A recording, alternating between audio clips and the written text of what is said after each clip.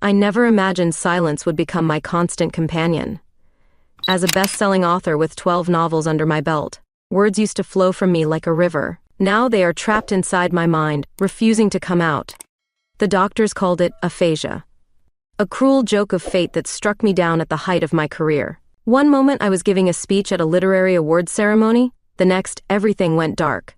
When I woke up in the hospital, my words were gone. Christina, you need to consider working with someone. My editor Margaret leaned forward in her chair, her reading glasses perched on her nose. The readers are waiting for your next book. I scribbled furiously on my notepad, my only means of communication now. No one can tell my story. A biography might be perfect. Margaret pressed on, ignoring my protest. Your journey could inspire millions. I shook my head, feeling the frustration build up inside me. My brunette hair fell forward, hiding my face. The same face that used to confidently grace book covers now felt like a mask I could not remove. Just meet with a few writers. Margaret's voice softened. That is all I ask. My hands trembled as I wrote, Why now? Because you are Christina Ross. She reached across the desk and squeezed my hand. Your voice deserves to be heard, even if it comes through someone else's words. I stared out the window of her Manhattan office, watching pigeons swoop past the glass. The irony was not lost on me. Birds had more voice than I did now. Back home in Glendale, I paced my study restlessly. Awards and accolades lined the walls, mocking my current condition. My fingers traced the spines of my published works, each one a reminder of who I used to be. The doctors said the aphasia might be temporary, caused by trauma to my brain.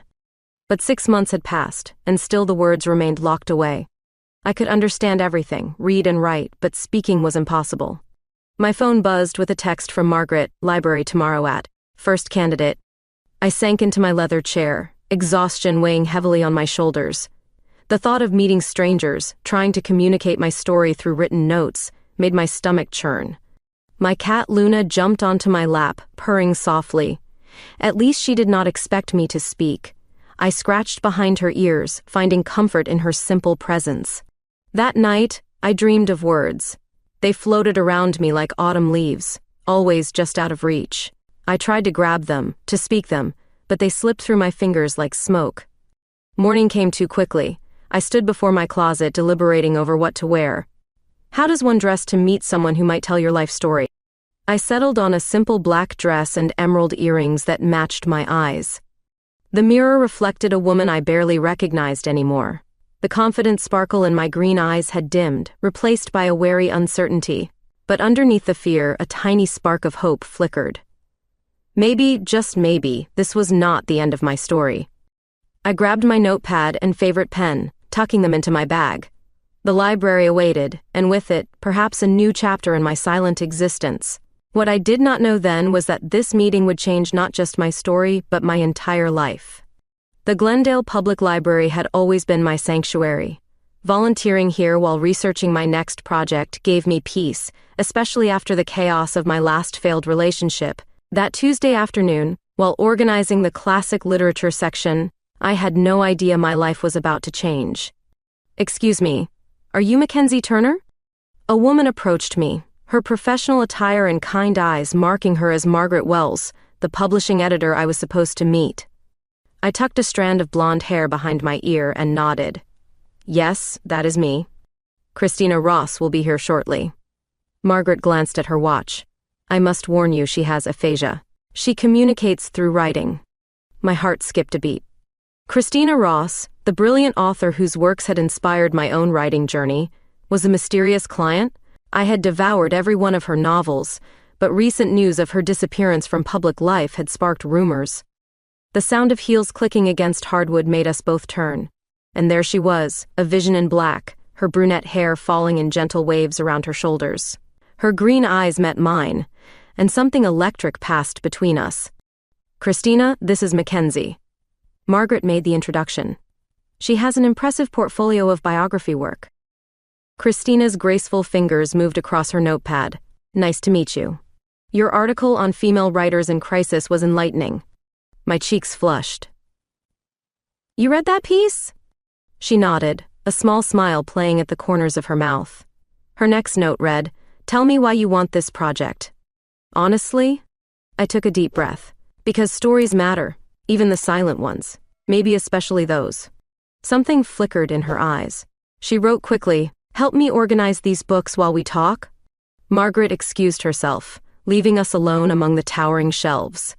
We fell into a rhythm, shelving books side by side. Our hands brushed occasionally, sending tiny shivers through my arm. Through written notes and gestures, Christina revealed glimpses of her world. Her frustration with the aphasia, her fear of losing her voice forever, her love for cats and quiet afternoons spent writing. I found myself sharing too. My dreams of writing something meaningful, my volunteer work at the library, my blue eyes crinkling as I laughed at her surprisingly witty written comments. Time slipped away as we worked. The afternoon sun cast long shadows through the windows, painting golden streaks across Christina's face. She looked ethereal in that light, like a character stepped straight from one of her novels. "We are closing in 10 minutes. The librarian's voice startled us both. Christina wrote hastily, "Would you like to continue this discussion over coffee tomorrow?" My heart raced. I would love that. As we gathered our things, I noticed her hands trembling slightly. Mine were too. Something was happening here, something beyond a simple professional arrangement. Walking to our cars, Christina passed me one final note. "You see me as a person, not just a silent tragedy. Thank you." I watched her drive away, my mind spinning with possibilities. The biography project suddenly felt like both a blessing and a complication, because in those few hours among the books, I had glimpsed something rare and precious in Christina Ross. That night, I could not sleep. I kept replaying every moment, every shared glance, every written word. The way her green eyes lit up when I mentioned her third novel, how her fingers lingered near mine while reaching for the same book. I told myself it was just professional admiration, but deep down I knew better. This was the beginning of something extraordinary, something that would change both our stories forever. Coffee meetings became our daily ritual. Christina and I would sit for hours in a quiet corner of the morning brew, sharing thoughts through her elegant handwritten notes. Each day, I learned more about the woman behind the famous novels. Researching her past works led me to discover her controversial stance on social issues. Her last book had sparked heated debates about wealth inequality. The irony did not escape me, a topic I carefully avoided given my own background. "Want to join me at the animal shelter?" I wrote my invitation on a napkin one morning, surprising myself with my boldness. Her eyes lit up as she penned her response. "I did not know you volunteered there." The Golden Paws shelter became our weekend sanctuary. Christina had a special way with the abandoned animals, her silent presence somehow calming the most anxious dogs. "Look how she connects with them." Angela, the shelter manager, whispered to me. No words needed. I watched Christina kneeling beside a trembling greyhound, her hands gentle and sure. The dog gradually relaxed, pressing against her leg. My heart swelled at the sight. During our walks with the shelter dogs, we developed our own form of communication. A raised eyebrow, a slight smile, a touch on the arm, all became part of our private language. One evening, as the sunset painted the sky in brilliant oranges, we sat on a bench in the shelter's garden. The dogs played nearby, their joyful barks filling the air. Christina wrote, "Why did you really choose to work on my biography?" My hands shook slightly as I read her note. The truth was complicated. "Your writing saved me during my darkest times," I admitted. "Your words gave me courage." She studied my face intently, then wrote, "And now you are helping me find my words again." The evening air grew cooler, but neither of us moved. Christina's shoulder brushed against mine, sending warmth through my body despite the chill. A golden retriever bounded over, dropping a ball at our feet. As we both reached for it, our hands met. Time seemed to freeze. Her fingers were warm against mine, and her green eyes held questions I was not ready to answer. She pulled away first, scribbling quickly, "It is getting late." The drive home was silent, filled with unspoken thoughts. I could not stop thinking about the warmth of her hand, the way her eyes had softened in the fading light. That night, working on the biography draft, I found myself writing about more than just her professional life. I wrote about her gentle strength, her expressive eyes, the grace with which she faced each day. The next morning, I arrived at the shelter to find Christina already there. She handed me a note. I could not sleep. Too many thoughts. I knew exactly what she meant. We were treading into dangerous territory where professional lines blurred with personal feelings. Walking the dogs became our excuse to be close. Our shoulders would brush as we navigated narrow paths, our hands occasionally meeting while adjusting leashes. One particular evening, as we returned the dogs to their kennels, Christina pressed a note into my hand. "Thank you for seeing me."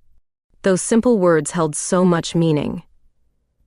I looked up to find her standing closer than usual, her eyes intense with unspoken emotions.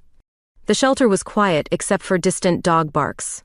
The setting sun streamed through windows, casting long shadows. Something shifted between us, a tension that had been building for weeks. Christina reached out, her fingers grazing my cheek. My breath caught. The professional boundaries we had carefully maintained were crumbling. But before either of us could act, Angela's voice shattered the moment. "Closing time in 5 minutes." We stepped apart, both flushed and breathing unevenly. Christina quickly wrote, "Same time tomorrow?" I nodded, not trusting my voice. As I drove home, my mind raced with possibilities and fears. The biography project suddenly seemed like the least complicated part of our relationship. That night, I stared at my ceiling, remembering the feel of her fingers on my cheek. We were standing at a crossroads, and I knew our next steps would change everything. The headline hit like a thunderbolt: "Turner Heiress slums it with local writers." My morning coffee turned bitter as I stared at my phone, watching my carefully constructed world crumble. Christina's text arrived moments later. "We need to talk." My hands trembled as I drove to her house. The media had dug up everything. My family's wealth, the scandals, my rebellion against my father's empire. Things I had purposely kept hidden. Christina opened her door, her face unreadable. The warmth I had grown accustomed to was replaced by a guarded expression that hurt more than any words could. She handed me a newspaper. The article detailed my family's controversial business practices, my trust fund, my previous relationships. Each word felt like a betrayal. "I can explain," I started, but Christina held up her hand. She wrote quickly, "Why did you not tell me?" "I wanted you to know me," I whispered. "Not my family name." Her next note was sharp. "I trusted you with my story. This does not change who I am." My voice cracked. "The person who volunteers at the shelter, who loves books, who—" I stopped myself before saying what we had both been dancing around. Christina turned away, her shoulders tense. Her pen moved across paper. "I need time to think." The following days were agony. Christina canceled our meetings, citing need for space. The biography project hung in limbo. Even the shelter felt empty without her. Reporters started camping outside my apartment. Their questions echoed my own fears. "Miss Turner, are you using Christina Ross for publicity?" I threw myself into writing, trying to prove my sincerity through words. Pages of Christina's story flowed from my fingers, honest and raw. I wrote about her strength, her silence, her soul. A week passed, then 2. The media circus grew, spinning wild tales about our relationship. Some called it a publicity stunt, others a scandal. Late one night, my doorbell rang. Christina stood there, holding a stack of papers, my drafts of her biography covered in her handwritten notes. She wrote, "You saw me when I was invisible. I still see you," I said softly. Her next note made my heart stop, "But I do not know if I see the real you." We sat in my living room, the city lights twinkling beyond the windows.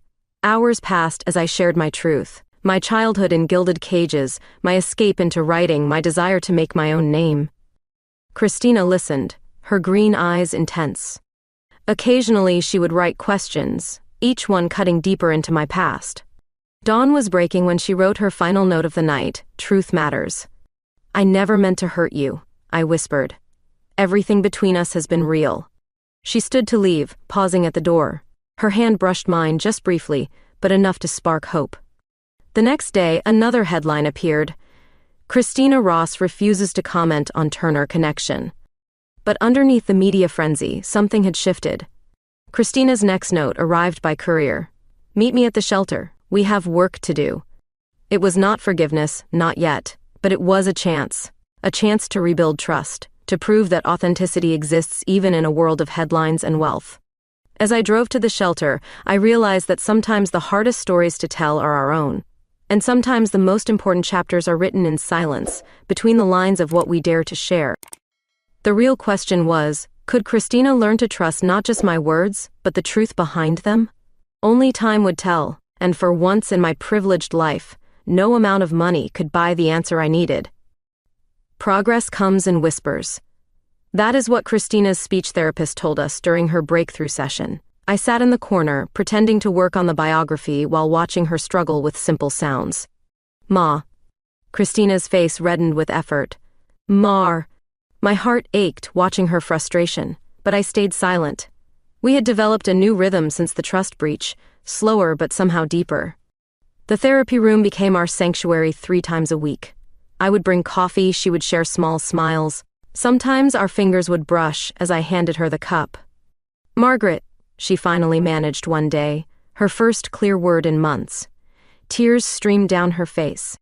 I fought the urge to rush to her side.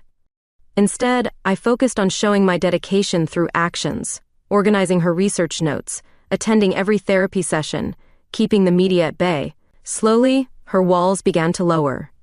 During one evening session, Christina wrote, "Why are you still here?"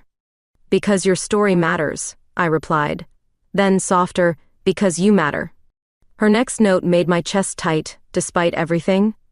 The truth spilled out before I could stop it. I have never felt more myself than when I am with you. Time seemed to freeze. Christina's pen hovered over her notepad, trembling slightly. The setting sun cast long shadows across her face, highlighting the vulnerability in her eyes. That night, we stayed late in her study, surrounded by manuscript pages. The biography was taking shape, becoming something more than either of us had imagined. Christina wrote fragments between therapy exercises. Home, book, safe. Each word a victory, each sound a gift. I was deep in editing when I felt her hand on my shoulder. Looking up, I found her standing closer than usual, her expression intense. "Mac," she whispered, using my nickname for the first time. The sound of my name on her lips broke something loose inside me. I stood, our bodies inches apart. The air crackled with unspoken words. Her fingers traced letters on my palm. Stay. What happened next felt inevitable, like the last line of a perfect chapter. Her lips met mine, soft and questioning. The kiss was gentle, tasting of coffee and possibility. When we parted, Christina pressed a note into my hand. No more hiding. No more hiding, I agreed, my voice rough with emotion. That kiss changed everything and nothing.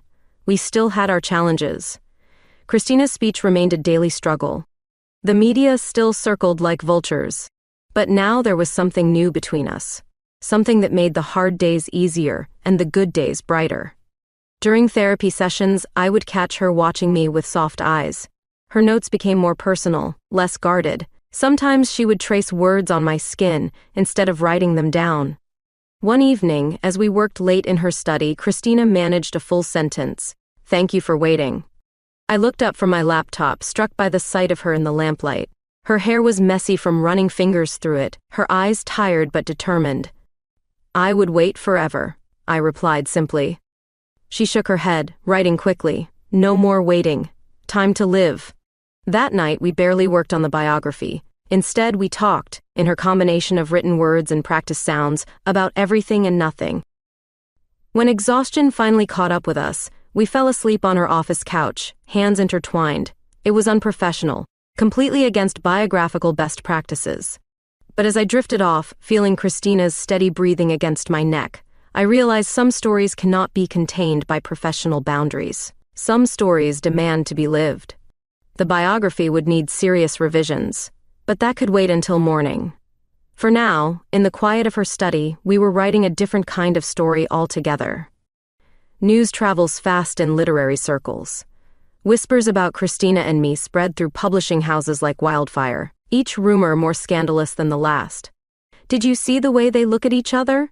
The comments followed us at book events. Such a waste of talent. Christina handled it with grace, her newfound voice growing stronger each day. But I saw how the gossip wounded her, how she flinched at barely concealed sneers. "Ignore them," I would whisper during quiet moments. Her response was always the same slight squeeze of my hand. Then Sarah arrived. Christina's ex-partner from her pre-aphasia days suddenly appeared at a writing workshop. Tall, sophisticated, perfectly poised. "Christina, darling." Sarah's voice dripped honey. "I have missed you terribly." I watched Christina's face pale. Her hands trembled as she wrote, "Why are you here?" "To help, of course." Sarah touched Christina's arm. "I heard about your condition." My stomach churned watching their interaction. Sarah knew Christina's history, shared her successful past. I was just the biographer who fell in love. That evening, Christina was distant. Her notes were short, distracted. Sarah's presence had reopened old wounds. "Talk to me," I pleaded. "Write it, sign it, anything." She wrote slowly. Sarah was there before everything changed. The unspoken question hung between us. Would Sarah have handled the aphasia better? Would she have known how to help? My family chose that moment to intervene. Father's lawyers arrived with contracts, threatening to cut me off completely. "This relationship is damaging our reputation," Father's voice boomed through the phone. "End it now." Christina found me crying in her study. Without hesitation, she wrapped me in her arms. Her few spoken words were clear: "Not leaving you."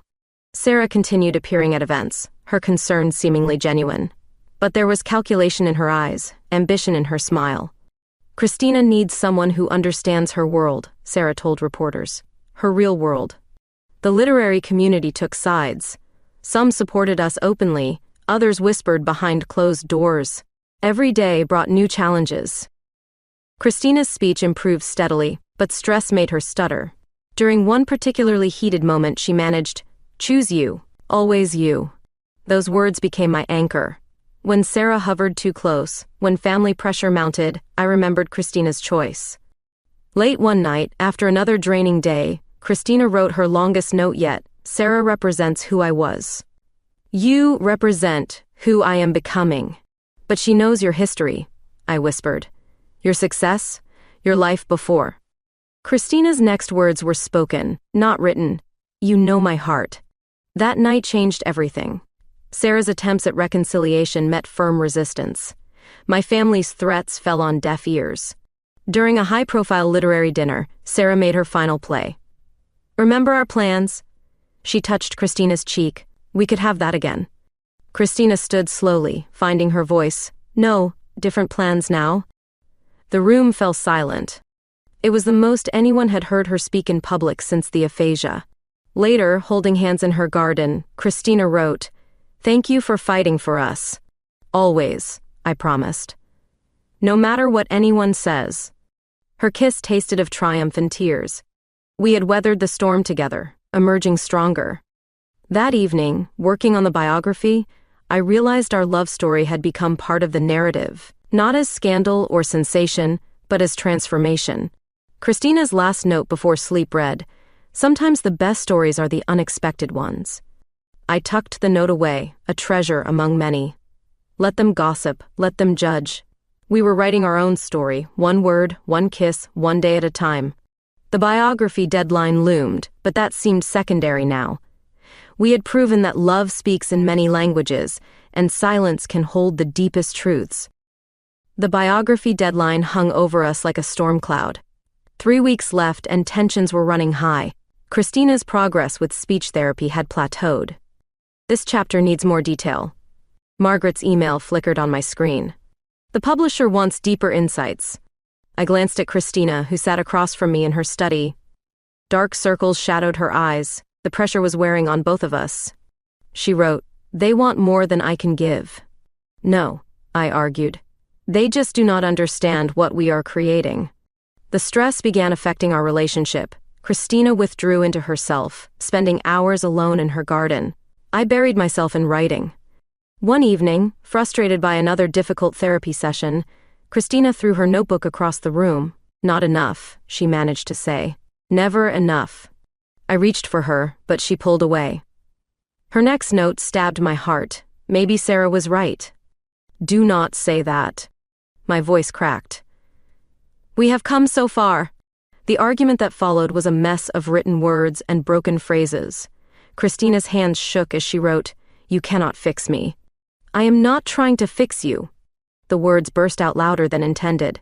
I love you exactly as you are." Silence fell, heavy and thick. It was the first time either of us had said those words aloud. Christina stared at me, her green eyes wide. Slowly, she picked up her pen. "Say it again." "I love you." My voice softened.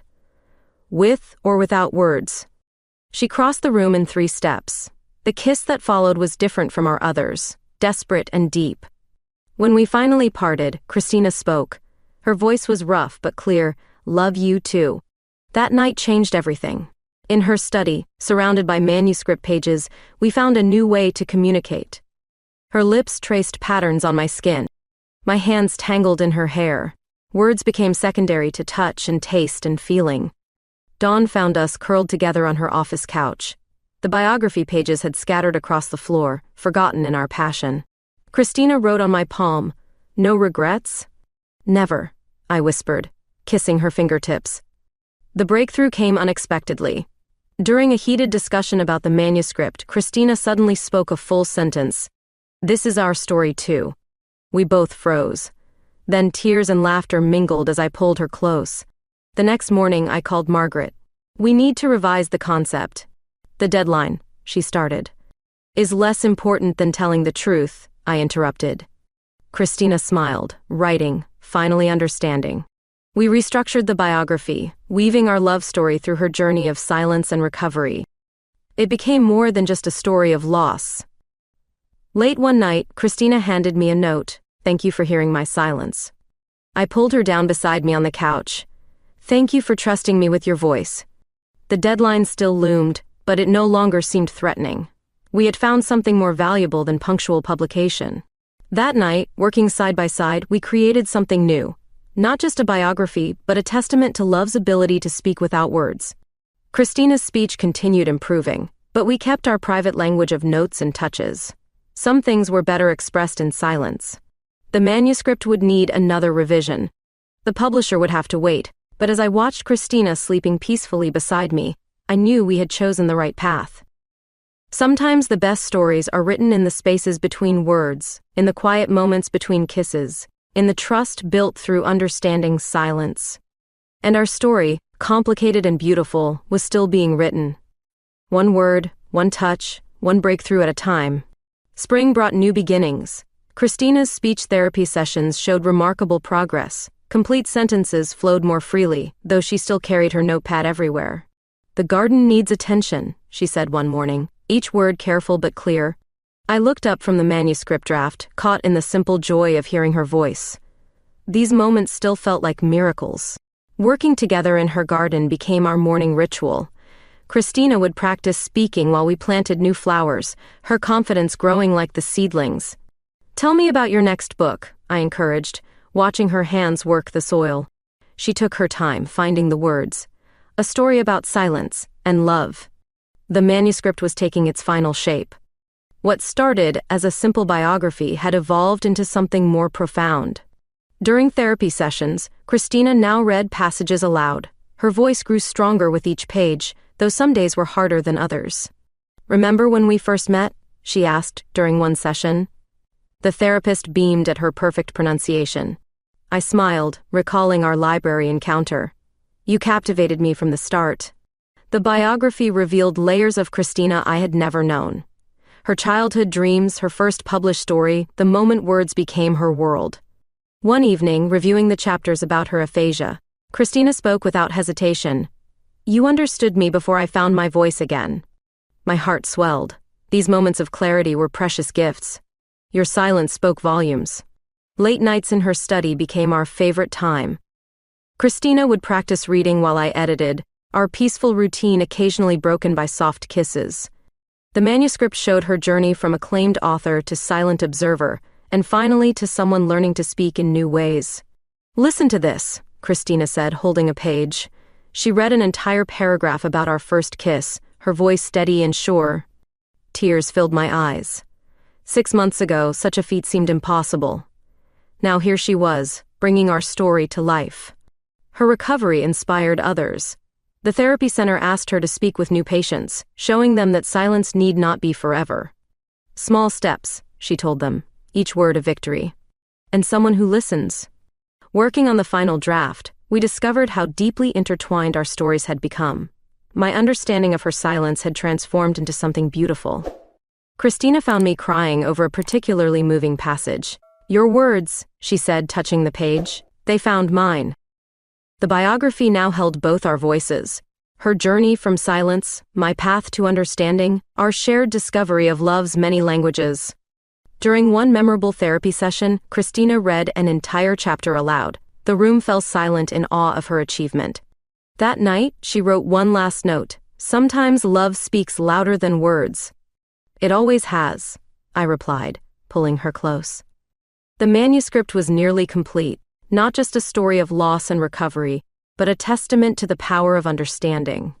Christina's voice grew more confident each day, yet we kept our private language of notes and touches, some things too precious for speech. In her garden, surrounded by blooming flowers, she spoke clearly, "Thank you for hearing my heart." I kissed her softly, feeling the truth of our journey in that simple moment. Words were returning, but our deepest connection had never needed them. The final chapter took shape, not as an ending but a beginning. Christina Ross had found her voice again, in more ways than one. And I had discovered that love speaks in countless languages, silence being one of the most profound. "Your relationship with Miss Turner," the reporter pressed. "How does that affect the authenticity of this biography?" The book release party at Glendale's most prestigious hotel had turned into a media circus. Christina stood at the podium, her green eyes scanning the crowd. I watched from the sidelines, my heart racing. This was her first major public speaking event since the aphasia. "Love," Christina began, her voice clear and strong, "enhances truth rather than diminishing it." The room fell silent. Nobody had expected her to speak so eloquently. Even Margaret looked stunned. Christina continued, each word measured but confident. "This book represents more than my journey through silence." Cameras flashed as she found me in the crowd, our eyes locked, and suddenly the packed room felt intimate. "It shows how understanding transcends traditional communication," she said, "how connection defies expectation." Pride swelled in my chest. Months of therapy, countless hours of practice had led to this moment. The questions became more pointed. "Miss Ross, does your relationship compromise the biography's objectivity?" Christina smiled, reaching for her notepad out of habit, then stopping herself. "The most honest stories come from the heart." I remembered our late nights crafting these very words, her determination to speak them herself rather than have them read. "Miss Turner," another reporter called out, "how do you respond to accusations of exploiting Miss Ross's condition?" Before I could answer, Christina's voice rang out. "She gave me back my story when silence stole it." The crowd murmured. This was not the broken writer they had expected to find. Later, during the reception, Christina moved through the crowd with grace. Her speech was not perfect, but her confidence never wavered. "Dance with me," she whispered when the music started. We swayed together, ignoring the stares and whispers. "You were amazing," I said softly. Every single word. She touched my cheek gently. "Because you believed I could be." The evening news captured our dance, our quiet moments, our subtle touches. By morning, we were trending on social media. "Renowned author finds voice and love," the headlines declared. Our story had captured public imagination. Christina handled interviews with newfound ease, though she still carried her notepad for comfort. Her authenticity touched people deeply. During a television appearance, she spoke about our journey. "Sometimes silence teaches us to listen with our hearts." The biography topped bestseller lists within days. Critics praised its raw honesty, its unique perspective on love and communication. But success brought scrutiny. Conservative literary circles questioned the propriety of our relationship, suggesting it tainted her legacy. "Let them talk," Christina said one evening, her voice stronger than ever. "Our truth speaks louder." The media attention intensified. Photographers camped outside our homes, hoping to catch intimate moments. At a book signing, an elderly woman approached us with tears in her eyes. "Your story gave me courage to embrace my truth." We heard similar sentiments repeatedly. Our journey had resonated with people facing their own silences. Christina's speech continued improving, but we maintained our private language of notes and touches. Some things were too precious for words. Late one night, after another successful event, she wrote, "Our love story belongs to us, not them." "Always," I agreed, kissing her softly. The biography had become more than a book. It was a testament to love's ability to transcend barriers, find new languages, create understanding. As summer approached, public interest showed no signs of waning, but we had found our balance, our truth. In quiet moments between events, Christina would practice her speech while I worked on new writing projects. Our life together flourished. "Ready for whatever comes next?" she asked one evening, her voice clear and confident. I squeezed her hand, knowing our story was still unfolding. "With you? Always." The certified letter arrived on a Tuesday morning. Christina's publisher was terminating her contract, citing moral clause violations. "They cannot do this," I paced her study, fury building. "Your book is topping charts." Christina remained calm, her voice steady. "They fear what they cannot control." The literary world erupted in debate. Some praised the publisher's traditional stance, others condemned their prejudice. My family's lawyer arrived next, carrying final ultimatum papers. "Your trust fund requires certain standards of conduct." "Keep it," I said without hesitation. Christina squeezed my hand, her support silent but fierce. The loss of my inheritance made headlines. "Turner heiress chooses love over legacy." That evening, Christina spoke more than she had in months. "You should not sacrifice everything for me." "I am not sacrificing," I replied. "I am choosing us." The literary community divided sharply. Established authors distanced themselves, while younger voices rallied in support. Christina's former publisher released a statement. "Traditional values must be maintained in literature." The response came swiftly. Independent bookstores pulled their titles, readers canceled orders. "Perhaps they did us a favor," Christina mused, her voice growing stronger with determination. We spent nights brainstorming, planning our next steps. The writing community needed change.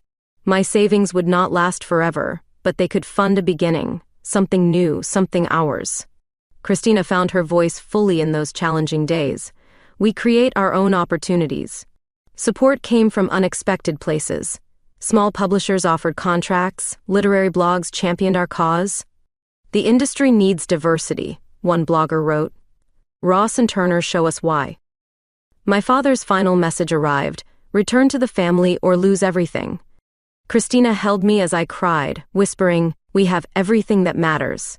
Late one night, reviewing our dwindling resources, Christina spoke clearly, "Let us build something new." The idea took root, a publishing house focusing on unheard voices, stories that challenged norms. "We could make real change," I said, excitement building. "Give others a platform." Christina's eyes sparkled with purpose. Transform loss into opportunity. The media attention shifted as we announced our plans. Controversial couple launches independent publishing house. Literary agents began reaching out, offering manuscripts from diverse voices. "Look what we have started," Christina said, reviewing submissions. Her speech now flowed naturally. Our savings drained quickly, but each small victory fueled our determination. Christina's therapy continued, though she rarely needed her notepad now.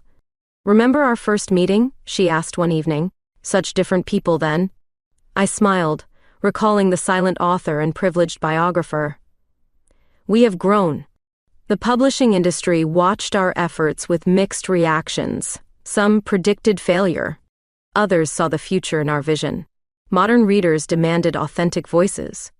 Christina spoke at a writers' conference, her words clear and powerful. "Literature should unite, not divide." My father's company unexpectedly lost major contracts. Karma, perhaps. Through it all, our love deepened. Each challenge strengthened our bond. "No regrets?" Christina asked one night, her voice soft but sure.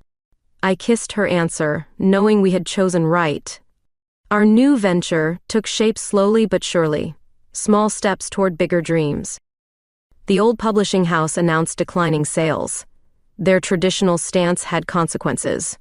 "We are changing things," Christina observed, slowly but surely. Our first signed author's book reached bestseller status. Victory tasted sweet. That night, celebrating in Christina's garden, she spoke our truth. Love builds better legacies than money.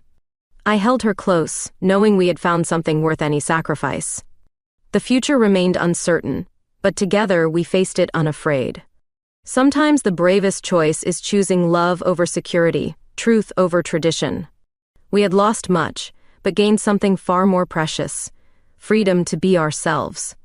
Autumn painted Glendale in brilliant colors as I watched Christina write in her garden. Her fingers flew across the laptop keyboard, no longer needing the notepad beside her. "Want to hear the opening?" she asked, her voice clear and confident. 1 year had transformed everything. I settled beside her, breathing in the crisp air. "Always." She read aloud. "Love speaks in many languages. Sometimes the loudest is silence." Her new manuscript told our story, not as biography but as romance. Truth wrapped in fiction's gentle embrace. Our publishing house, Silent Pages Press, had grown beyond expectations. 6 bestsellers in 8 months. "Another manuscript arrived," I said, showing her my tablet. "A deaf poet this time." Christina smiled, remembering our journey. Every voice deserves to be heard. The animal shelter had become our weekend sanctuary. We had adopted 3 cats and 2 dogs. "Remember our first walk here?" Christina touched my hand. "When everything changed?" I nodded, recalling those uncertain days of written notes and careful words. Our love story had inspired others. Letters arrived daily, thanking us for showing different ways to speak love. The industry had evolved too. Major publishers now actively sought diverse voices. "We started something important," Christina said, watching leaves dance in the breeze. My father had stopped trying to reclaim me. The family empire meant nothing compared to this life. Christina's speech flowed naturally now, though she kept her notepad as a reminder.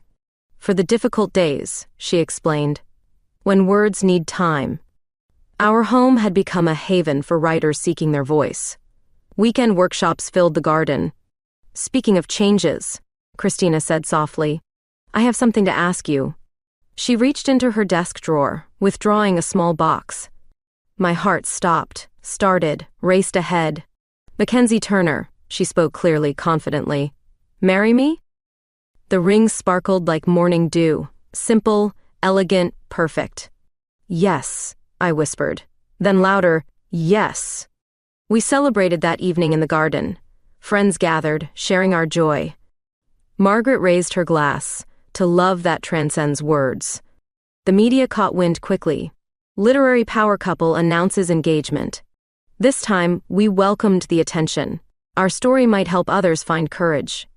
Christina's new book released that winter. Silent Love topped charts immediately.